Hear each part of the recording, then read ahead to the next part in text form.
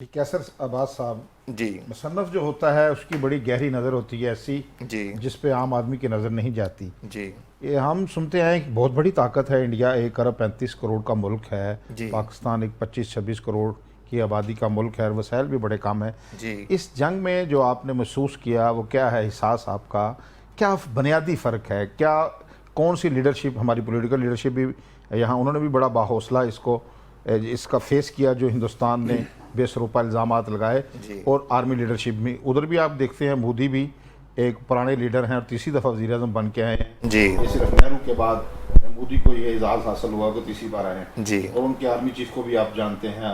हमारे जो आर्मी बुनियादी जो किस फ़र्द का, एक फ़र्द वाहद को अगर आप क्रेडिट देना चाहें जो इतनी बड़ी आबादी का मुल्क, इतनी बड़ी पावर, और उसको शिकस्त फाश हुई बल्कि नाको चने चुबाए जी पाकिस्तान आर्मी ने, वो जी एक फ़र्द कौन है?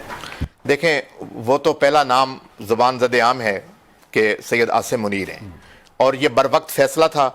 वरना सियासी हुकूमतें फ़ैसले अच्छे करती हैं लेकिन फ़ैसले करने में इतनी देर कर देती हैं। लेकिन ये फ़ैसला बहरहाल एक जमहूरी दौर में हम सांस ले रहे हैं तो इसमें सरकारी फ़ैसला भी था, लेकिन अगर फ़र्द वहद की बात करें तो वो आसिम मुनीर थे जिन्होंने फ़ैसला किया, और फिर फ़ैसला भी इस अंदाज में किया कि कोई उंगली नहीं उठी कि इन्होंने जुल्म किया है, मुहज़्ज़ब दौर में जी रहे हैं तो बंदे मार दिए हैं, ऐसा नहीं किया। जब उनके मुसलसल बुज़दिलाना हमले हुए तो फिर उस वक्त जवाब देना बनता था। और यकीन करें, मैंने देखा कि जनरल साहब के, आसिम मुनीर साहब के जो नाकिद थे, और आपको पता है कि एक मखसूस लाबी एक जो है ना वो मौजूद है, वो लोग अगले ही दिन उनकी तस्वीरें, पोस्टर, आसिम मुनीर जिंदाबाद के नारे लगाते हुए नजर आए। बिल्कुल ठीक। कैसा ये ज़रूर बताइएगा कि आपने अपनी इस बुक के अंदर जिसमें डिस्क्राइब किया है field general marshal Syed Asim Munir को कि हाफ़िज़ कुरान होने के साथ साथ मास्टर ऑफ फिलॉसफी भी हैं, जी किस थोड़ा सा एक्सप्लेन करें हमारे व्यूअर्स को जी कि किस एंगल से आपने उनकी इस शख्सियत को आपने डिस्क्राइब किया। देखें, वो हैं बिल्कुल एम.फिल तो उन्होंने किया हुआ है, और फिर वो सिर्फ एम.फिल करना कुछ नहीं होता, वो अपने फैसलों में नज़र भी आना चाहिए।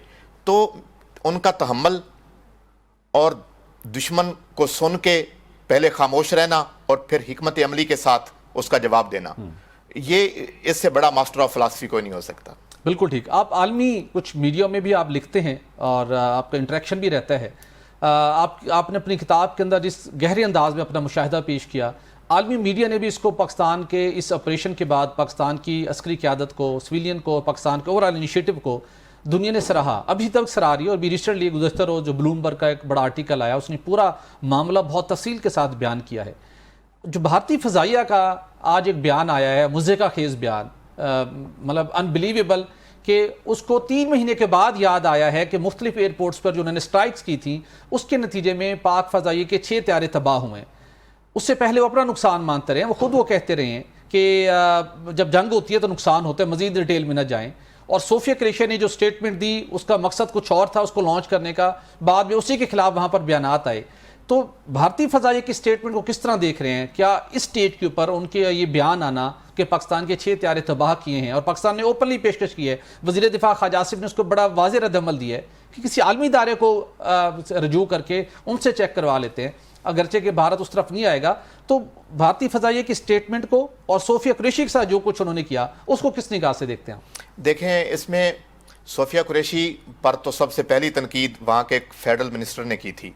उन्होंने कहा था कि ये मुसलमानों की बहन है, लिहाजा ये दहशतगर्दों के साथ मिली हुई है।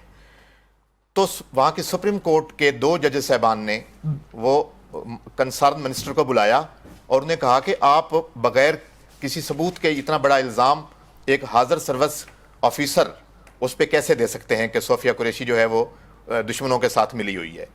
बौखलाहट सिर्फ यहाँ नज़र नहीं आई, बौखलाहट नज़र आती रही बाद में कि अंदर बयानात आ गए, उनका अपना मीडिया बोलना शुरू हो गया वहाँ पब्लिक पे। वो एक प्रोफेसर साहब थे वहाँ, बड़े राइटर हैं वो भी, उन पे उनका सोशल मीडिया अकाउंट ब्लॉक कर दिया गया और उनको कहीं उनके बोलने और लिखने पे पाबंदी आयद कर दी गई। तो ये जो हम देखते हैं कि दुनिया का सबसे बड़ा जमहूरी मुल्क है, लेकिन बड़ा होना या रकबे के लिहाज से बड़ा होना ये बड़ापन नहीं होता। असल में बंदे को अंदर से बड़ा होना चाहिए, उसमें ज़र्फ होना चाहिए कि दुश्मनी के भी कुछ असूल होते हैं, और दुश्मनी का ये असूल नहीं होता کہ آپ جو ہے اپنی شکست کو پہلے تسلیم کریں، انکوائریاں کروائیں. کچھ لوگوں کو معطل بھی کیا انہوں نے اپنے، اور خبر بھی چھپائی گئی لیکن پھر بھی انٹرنیشنل میڈیا میں وہ خبر آئی. تو یہ چہرہ جو ہے نا ایک نیگیٹو چہرہ ہے بھارت کا جو سامنے آیا. اور اتنے عرصے کے بعد آپ ان کے فضائیہ کے سربراہ کا یہ کہنا کہ جی اصل بات یہ تھی اور پہلے کچھ اور تھی، تو یہ ایک بالکل ایک گھٹیا بات ہے.